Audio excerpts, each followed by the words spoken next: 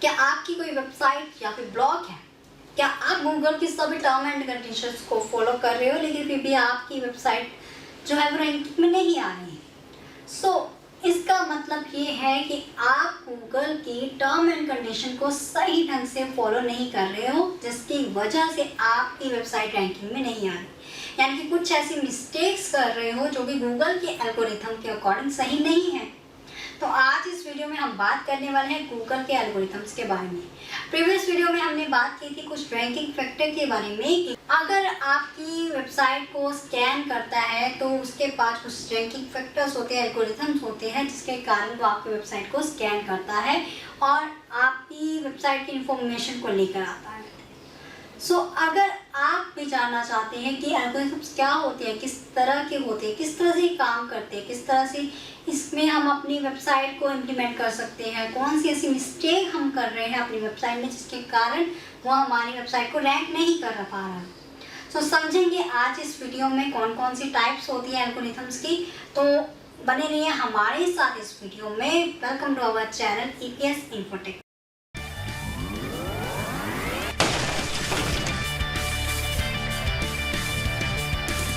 सबसे पहले हम बात कर लेते हैं यहाँ पे एल्गोरिथम्स क्या होते हैं। एल्गोरिथम कुछ नहीं है, एक प्रोग्राम होता है। यहाँ पर एक आपको पिक्चर दिखाई दे रहा है, फ्लो चार्ट दिखाई दे रहा है। इस फ्लो चार्ट में आपको क्या समझ में आता है? एल्गोरिथम बेसिकली होता क्या है? एक ऐसा प्रोग्राम होता है जहाँ से आपने स्टार्ट किया, कुछ प्रोग्रामिंग की, एक आप उसको फंक्शन दे दिया कि आपने ये प्रोग्राम जो है वो परफॉर्म करना है। उसके बाद अगर तो वो फंक्शन, वो प्रोग्राम उसी तरह से रन हो रहा है तो वो उसको एग्जीक्यूट करेगा। यानी कि अगर आपका काम उस प्रोग्राम के अकॉर्डिंग कर रहा होगा तो वो उसको एग्जीक्यूट करेगा, यस करेगा। लेकिन अगर वो टर्म और कंडीशंस को फॉलो नहीं कर रहा, उस प्रोग्राम की टर्म एंड कंडीशंस को फॉलो नहीं कर रहा, तो वो क्या करेगा? वो वहाँ पे नो कर देगा। वो दिखाएगा नहीं, लेकिन वो आपके फंक्शन को एग्जीक्यूट नहीं करेगा, क्योंकि आपके फंक्शन में कोई ना कोई एरर है, कोई ना कोई मिस्टेक है, जिसके कारण वो आपके काम को आगे एग्जीक्यूट नहीं कर रहा। तो वो क्या है? वहाँ पर एरर है।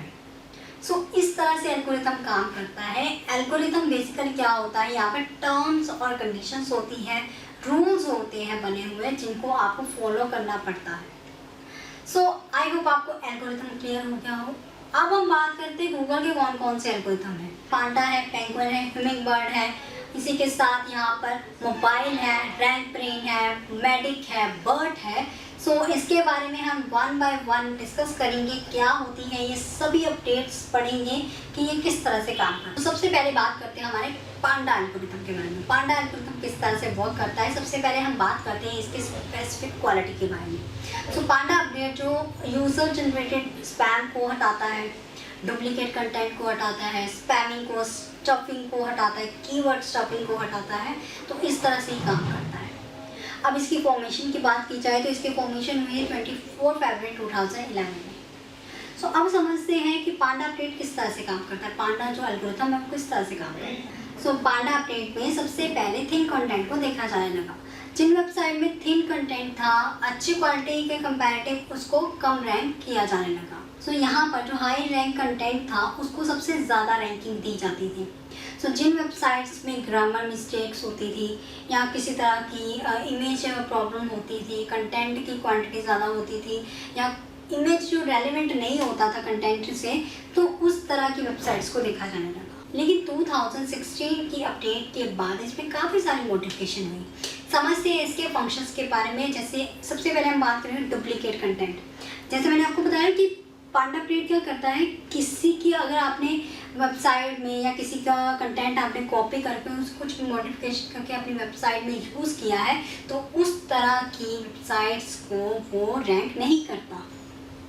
इसी के साथ सेकंड यहाँ पर इसका फंक्शन क्या है, यहाँ पर डुप्लीकेट कंटेंट, अगर किसी वेबसाइट में पहले से ही वो कंटेंट क्रिएट किया हुआ है सिमिलर, अगर आप उस चीज़ को कॉपी करते हो तो वो डुप्लीकेट कंटेंट माना जाता है, जो कि पांडा की एल्गोरिथम के अकॉर्डिंग गलत है।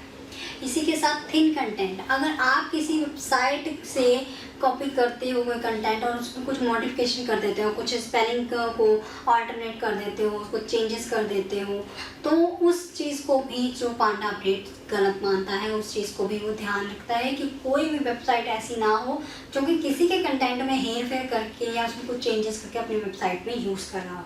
इसी के साथ इसका थर्ड फंक्शन क्या है, यूजर जनरेटेड स्पैम। कई बार क्या होता है कि जो वेबसाइट्स होती है वो सर्च इंजन को धोखा देने के लिए क्या करते हैं, स्पैमिंग का सहारा लेती है ताकि हमारी जो वेबसाइट है वो जल्दी से रैंक। जो स्पैमिंग है वो भी जो गूगल अपडेट, जो पांडा अपडेट के अकॉर्डिंग गलत है, तो उस तरह की वेबसाइट्स को वो रैंक नहीं करता। इसी के साथ कीवर्ड स्टफिंग, अगर आपने कोई कंटेंट लिखा है या कोई ऐसी इंफॉर्मेशन दे रहे हो जिसमें आप बार बार कीवर्ड्स को यूज़ कर रहे हो, यानी कि उसको स्टफिंग कर रहे हो, तो उस तरह की वेबसाइट्स को भी पांडा एल्गोरिथम रैंक नहीं करता। तो अगर आप ये सब मिस्टेक्स कर रहे हो अपनी वेबसाइट में, अपने ब्लॉग में, तो इस चीज़ को अभी से ध्यान दें कि आप इस तरह का कोई भी काम ना करें जो कि पांडा एल्गोरिथम के अकॉर्डिंग सही ना हो और वो आपकी वेबसाइट को रैंक ना करे। सो ये थी हमारी पांडा एल्गोरिथम। सेकंड बात करते हैं यहाँ पर पेंगुइन अपडेट के बारे में, पेंगुइन एल्गोरिथम के बारे में।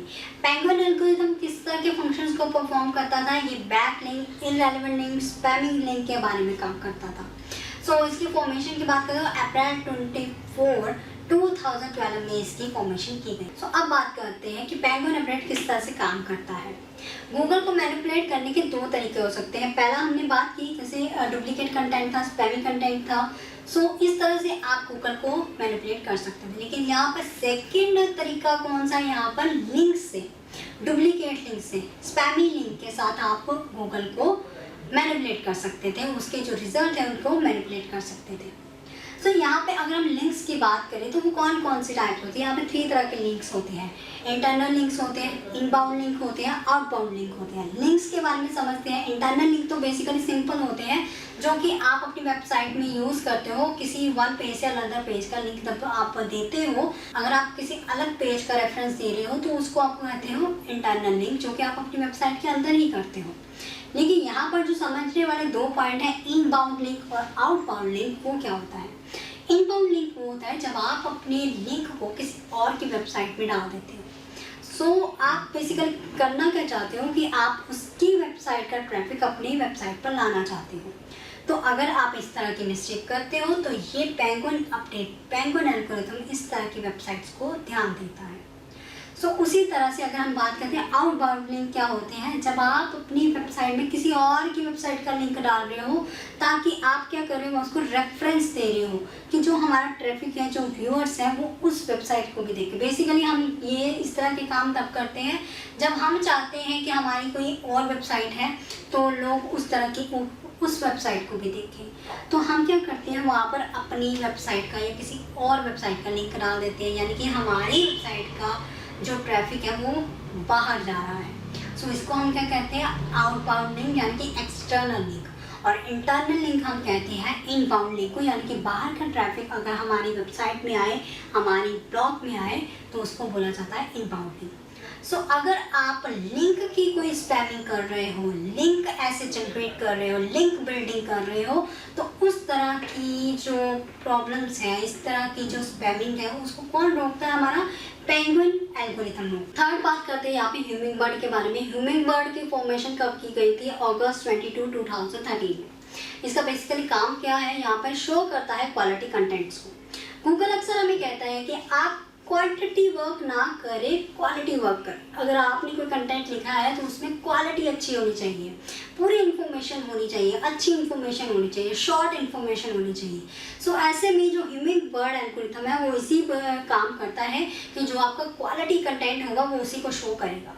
सो यहाँ पर वो रिमूव करता है लो क्वालिटी कंटेंट्स को, क्योंकि वो यूज़र को बेस्ट इन्फॉर्मेशन दिखाना चाहता है, बढ़िया क्वालिटी की इन्फॉर्मेशन को दिखाना चाहता है।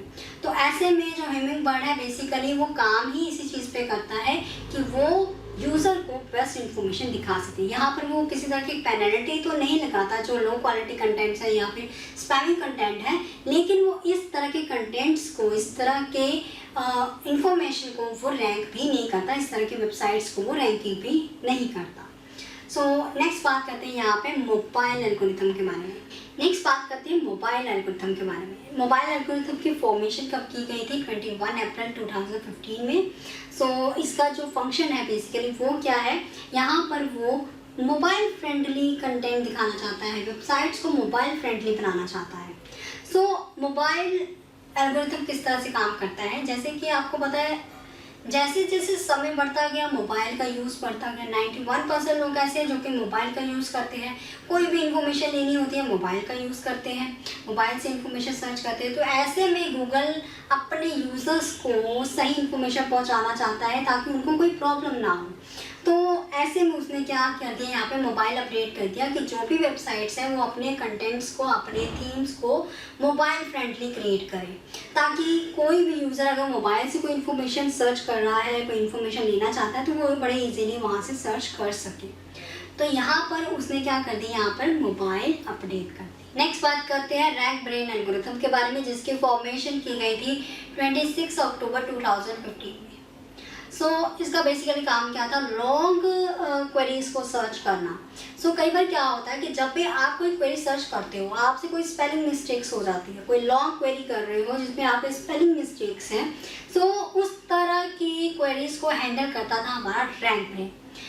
यहाँ पर आपको एक एग्जांपल दिखाती हूँ, जैसे हमने यहाँ पर लिखा है रैंक ब्रेन, जहाँ पर मैंने उसके स्पेलिंग्स को मिस्टेक किया है, लेकिन गूगल पे जब आप कोई चीज़ सर्च करते हो तो वो आपको करेक्ट इन्फॉर्मेशन भी दिखाता है। सो यहाँ पर देखिए आपको उसने हाईलाइटेड करके दिखा दिया कि करेक्ट स्पेलिंग ये है, आप जो क्वेरी सर्च कर रहे हो वो ये है।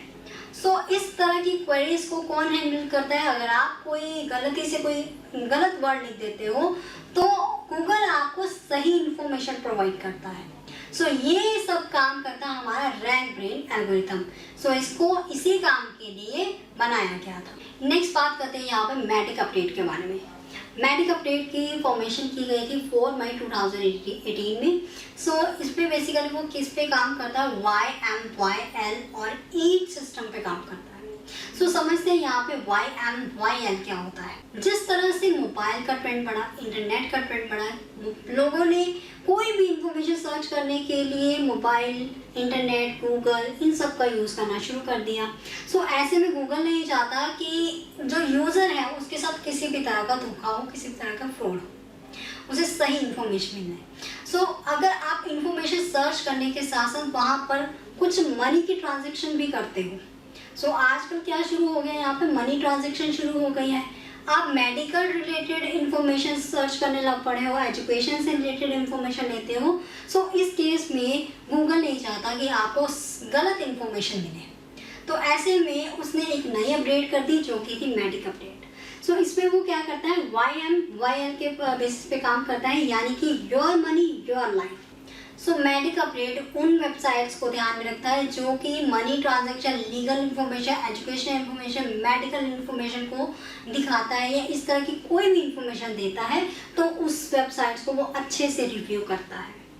सो यहाँ पर वो नहीं चाहता कि यूज़र की मनी या लाइफ को कोई भी रिस्क हो, तो इसलिए उसने की थी मैटिक अपडेट। सो अब समझते हैं यहाँ पे ईट यानी कि EAT का मतलब क्या है, एक्सपर्ट, अथॉरिटी एंड ट्रस्ट। जो भी website money, legal, education, medical related कोई भी इंफॉर्मेशन देती है या कुछ इस तरह का कोई भी प्रोसेस करती है, सो ये जो रूल है उन वेबसाइट को फॉलो करना पड़ता है।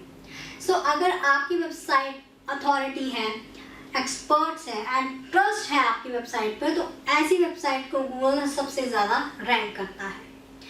वो आपकी वेबसाइट के सभी रेगुलेशंस को, सभी ट्रस्टेस को, सभी अथॉरिटीज़ को चेक करता है कि ये जो वेबसाइट है लीगल है भी है या नहीं, जो ये इंफॉर्मेशन दे रहा है वो सही है या गलत है। सो इसके लिए वो आपकी वेबसाइट को अच्छे से रिव्यू करता है और उसे रैंक करता है।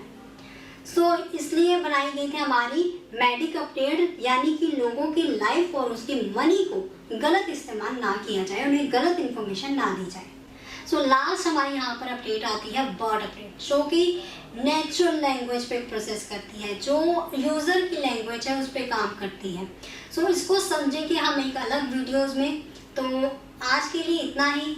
अगर आपको ये वीडियो अच्छी लगी हो तो इसे लाइक करें, शेयर करें और इस चैनल को सब्सक्राइब करना ना भूलें। Thank you so much for today.